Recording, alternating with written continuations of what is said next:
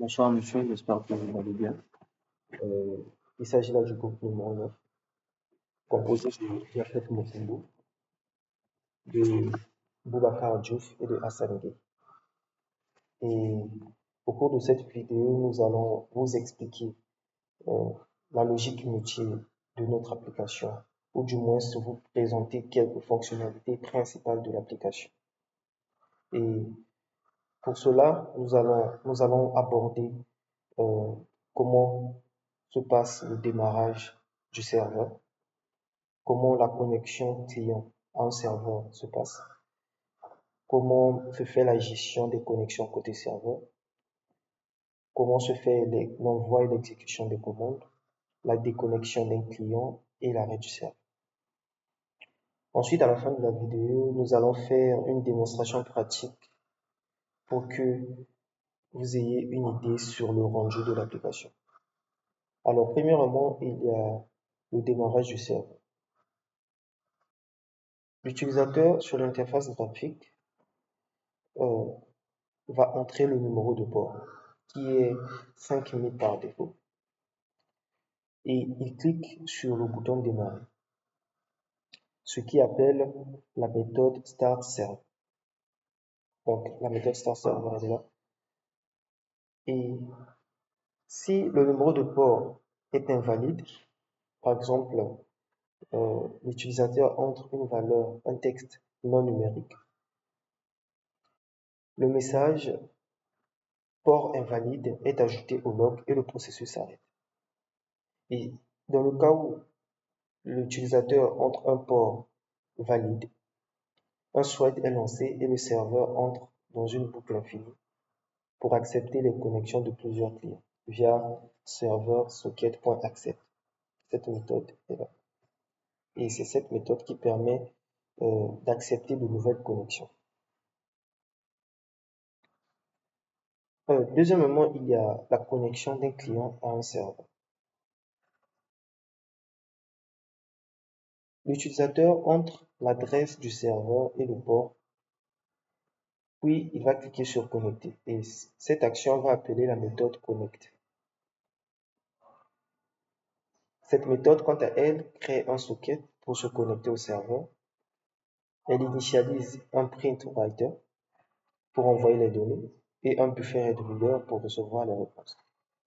Après, le bouton connecter est désactivé et les boutons déconnecter et envoyer s'activent, car au démarrage de l'interface graphique, ces deux derniers boutons sont toujours par défaut désactivés avant la connexion au serveur.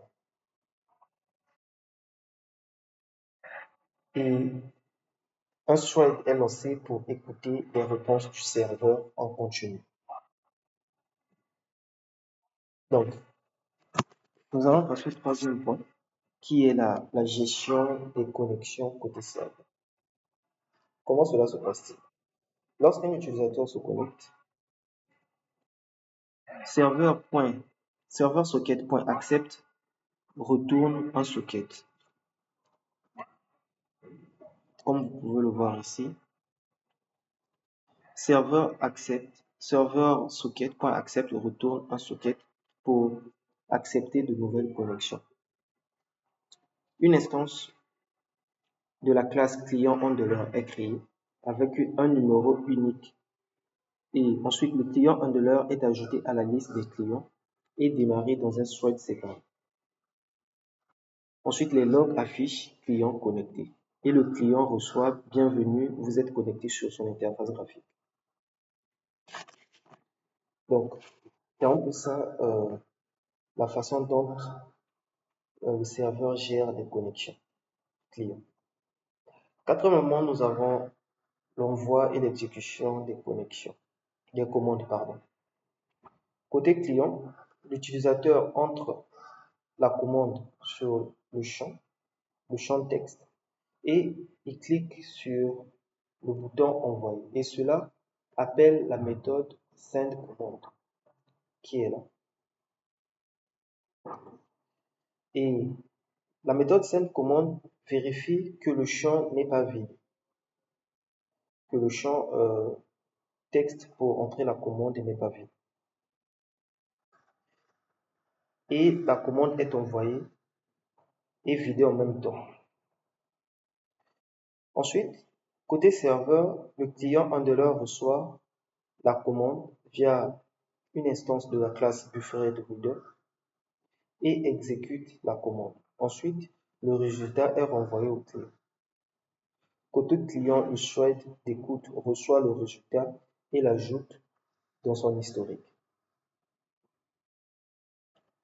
Le cinquième point s'agit de la déconnexion de l'utilisateur au serveur.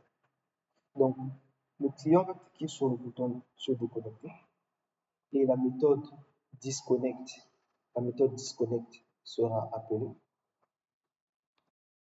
Et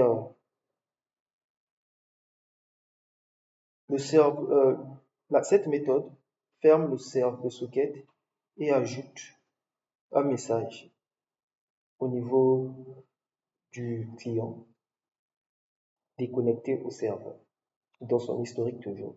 Et côté serveur, le client handler détecte plutôt la fin de la connexion, ferme le socket et ajoute le client déconnecté au log. Donc, pour finir, il y a la fonctionnalité qui permet d'arrêter le serveur. Donc, toujours sur l'interface serveur, l'utilisateur clique sur le bouton arrêter et la méthode stop server est appelée. Cette méthode stop server est appelée et cette méthode fait passer la variable booléenne isActive à false et tous les clients handlers sont fermés et les clients sont vidés. La liste des clients est vidée.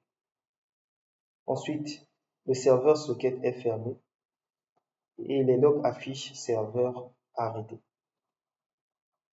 Donc, c'était les quelques fonctionnalités principales de l'application, sans entrer dans les scénarios alternatifs, sinon ça prendrait plus de 10 minutes. Donc, sans plus tarder, nous allons faire une démonstration de l'application. Donc, là, nous allons exécuter l'interface. Nous allons exécuter plutôt la classe serveur. Donc, là, nous avons la classe serveur. Puis, nous allons exécuter la classe client. Elle démarre également. Donc, nous allons faire en sorte que cela soit bien classé. Okay. Nous allons réduire légèrement la taille des fenêtres. OK. Donc, la première des choses à faire, c'est de démarrer le serveur. On va le démarrer sur le port 5000. Donc là, on voit bien que le serveur est démarré sur le port 5000. Et là, on vérifie que les informations sont conformes. Et tant qu'on travaille local, donc on laisse localhost et numéro 5000. Puis, on clique sur le bouton connecter. Donc là, le client est bien connecté. Et on va essayer de taper une commande pour voir si cela fonctionne normalement. Donc là, on a la commande qui est reçue au niveau du serveur et on a le résultat au niveau du client. Donc, merci pour votre attention et c'est ce qu'on voulait exposer sur le projet de programmation orientée objet avancé. Merci.